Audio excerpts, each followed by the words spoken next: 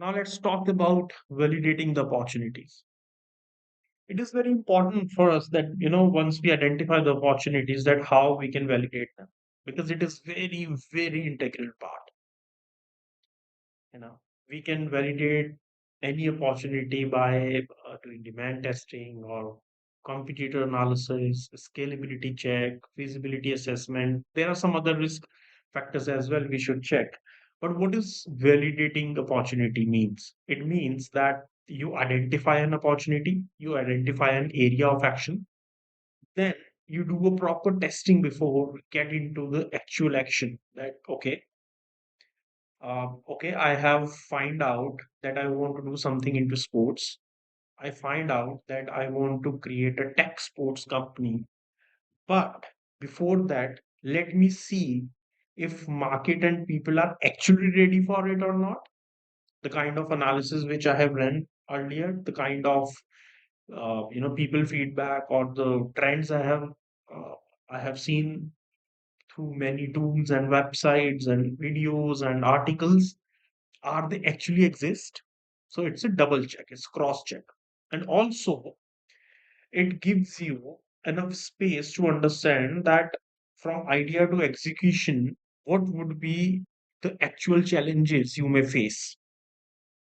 While validating the opportunities, you do not only validate the idea you have, but you also get in space to understand and to create a proper business plan as well, that how you are going to execute this idea in coming future, right? So it works both ways positively.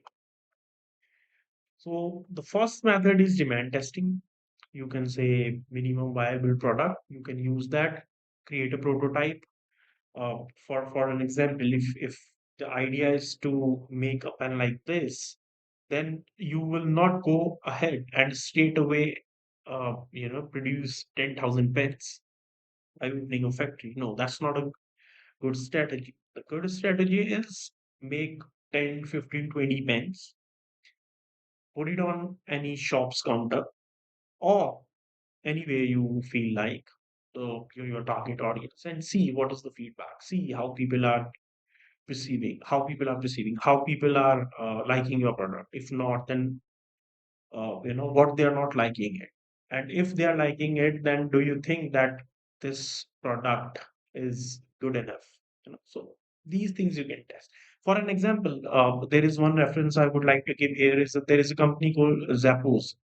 It was founded in 1999. It was online sneaker and clothing retailer. It founded in USA.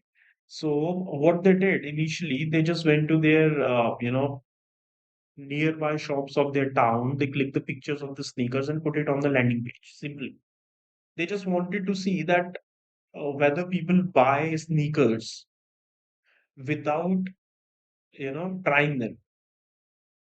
And later on, they realize that yes, people are showing interest. People are buying stuff from them. They started receiving the orders, and that's how Zappos become one of the biggest e-commerce retailer in US. And eventually in 2009, Amazon,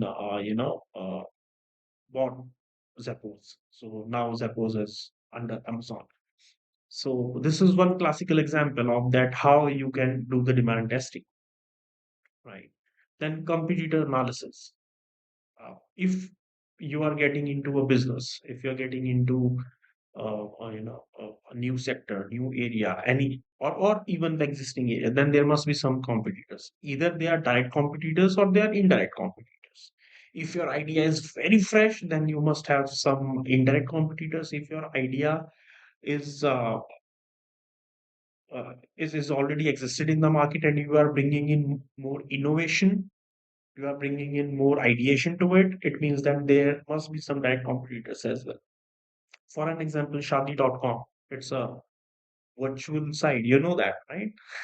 that uh, I'm old school, तो I'm giving you example of Shadi.com. आप लोगों को शायद Tinder का example लेना चाहिए. Right, on a lighter note.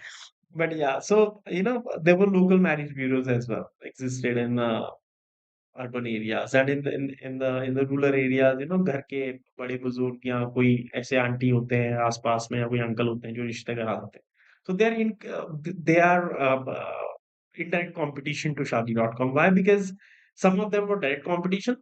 Those were proper marriage bureaus जो पहले से एग्जिस्ट करते हैं, अखबार में ऐड दे दिया और वो कुछ आपके लिए कुछ बैकग्राउंड चेक कर देंगे, and some are informal marriage you know setups like कोई आंटी जी हैं, उनको चार लोग जानते हैं, उन्होंने एक ग्रुप बना दिया व्हाट्सएप का, अभी पुराने दिनों में तो, कि आपको रिश्ता बता दिया. So what happened that there used to be a lot of trust amongst people. So they said ki let's go with whatever this auntie ji is saying rather going with the Shadi.com. So these are few challenges they have faced. You should go and check some of the articles and some of the interviews of Anupam Mittal. And I would recommend that. Then you will realize that yes, initially, there were some challenges, and they have done their part. They have done competitor analysis before getting into this business, because it is right that what percentage of people are using that particular product which is already existing in the market, and how your competitors are treating them, how your competition is treating them. If you think that you can do better, if you think that your pricing is better, if you think your services is better, if you think your idea is better, then go for it. So this is one way of validating the opportunity, right? Then scalability check. Scalability check is that okay, today you will start a business. Maybe today it has a lot of demand and you are very positive, but what happens after 6 months or 12 months or 2 years, 3 years? Is this business scalable enough? You know, you start from zero, you reach to 10, and then you reach 10 to 50. But what's after that?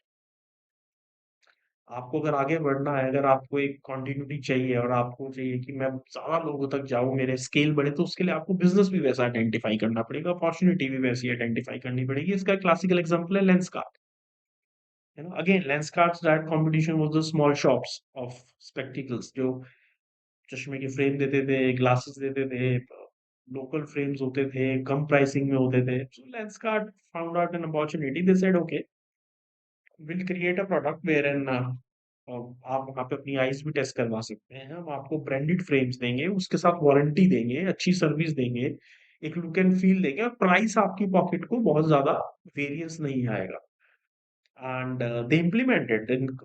So they waited, I mean उन्होंने एक दो store खोले, and then they wait for it. And yes, later on they realize, yes, this business is scalable, and they scale it to the different level, right? And there are so many examples of it. I'm just giving you one reference point, because it is very important to understand that at what level you can scale, and then slowly and gradually your business evolves. Now Lenskart is working on the other technologies as well. Those are related to they have integrated AI as well into their eye testing machines, and now they are started working on the smart glasses. There are so many things, they are already working on, and that's how day by day they are evolving. So this is very important for you to check that how your product or your service would scale from the point you are starting, and at what level, and if it's required, how you can evolve the product. So you should have a strategy ready for it. And then feasibility assessment. Match ideas with your team skills, budget, and timeline. That's very important. That I have an idea. To be honest, see, let's talk about fascination. कुछ बड़ा सोचता है.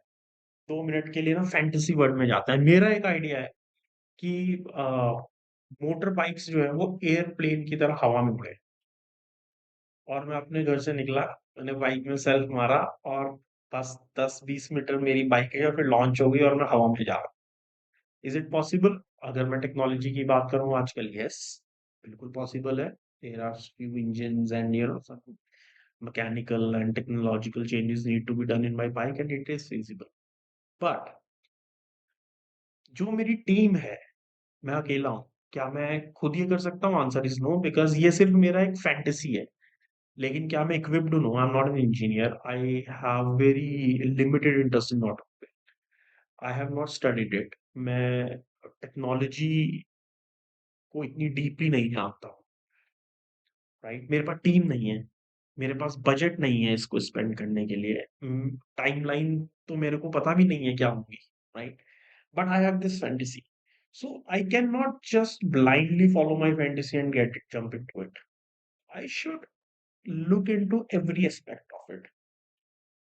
Today, if I want to start a candle business, for an example, this is a candle, and if today I want to start a candle business as an entrepreneur, and I have a better idea, what that I would not only the candles are already available in the market, yes, but what innovation I can brought in that, uh, for my candles will not only give you the fragrance, but it will help to clean the air. For an example, this is a hypothetical example. My candle will help to keep insects and mosquitoes away from your home. That is one idea. Can I do that? Yes, because I know how to make candles. I have learned it in couple of sessions last year. Do my team have the skill? Yes, I do. If I want, I can assemble it because I have two, three people. Those are passionate about this. One of them are already making the candles. Do I have a budget? Yes, because I know personally that it's a low budget business. Um, and can I set the timeline? Yes, I can set the timeline. So this business is little feasible for me, but that business, fantasy business, bike is, you know, in the air, traveling like aeroplane, not really. So opportunities are there. Tomorrow, if you will get to if you need to buy a bike which is you know which is pretty much fly like an aeroplane and it costs you around 4 5 lakh, you will definitely buy it. So opportunity is there. Similarly, if I'll go to buy a candle because I'm fond of candle, I'm a regular customer of good candles, and if somebody tells me that this candle you bought it for 2000 bucks, but there is another candle which is organic and it costs you 3000, but it has another features that it will clean the air, it will keep mosquitoes and insects away from your home. So I will go for it. So opportunity, yes, both opportunities are there, but is it feasible? Which one is feasible for me? The candle one. The classical example is Ola. Ola started from a cab facility company like Uber, and later on they took a pivot and they went into the Ola electric scooters because there was a lot of opportunity. That's a classical example. They have seen the opportunity. Is the opportunity there? क्या opportunity है electric vehicles में? Yes, the market is huge, it's growing day by day. लेकिन क्या वो उसको successfully grab कर पा रहे हैं? Answer is no. Is there are many challenges they are facing. If you will look into the people feedback, customer feedback, or their balance sheets, and if you look into the market trend for Ola scooters, and if you'll see their upcoming plans, their projects, their current product maintenance, there are few challenges. And if you compare Ather with them, Ather is again EV company. You should I recommend again, मैं एक और चीज आपको recommend करता हूँ, आप पढ़िए case study या यूट्यूब पे वीडियोस देखिए या या किसी मैगजीन में, सॉरी, आप पढ़िए ओला और एथर के बारे में. You will get to realize that okay, so this is the feasibility assessment every organization should do before getting into a business. Any entrepreneur should do the feasibility assessment before getting into any sort of business so that it will run smooth. Yeah, there would be challenges, but at least they would able to face them. They would able to sustain their business. But if they will not do the feasibility assessment, then there will be trouble, right? So validating opportunities, how to validate them? We can do the demand testing, we can do the competitor analysis, we can check the scalability, and we can check whether it is feasible for an entrepreneur to go for it or not, right?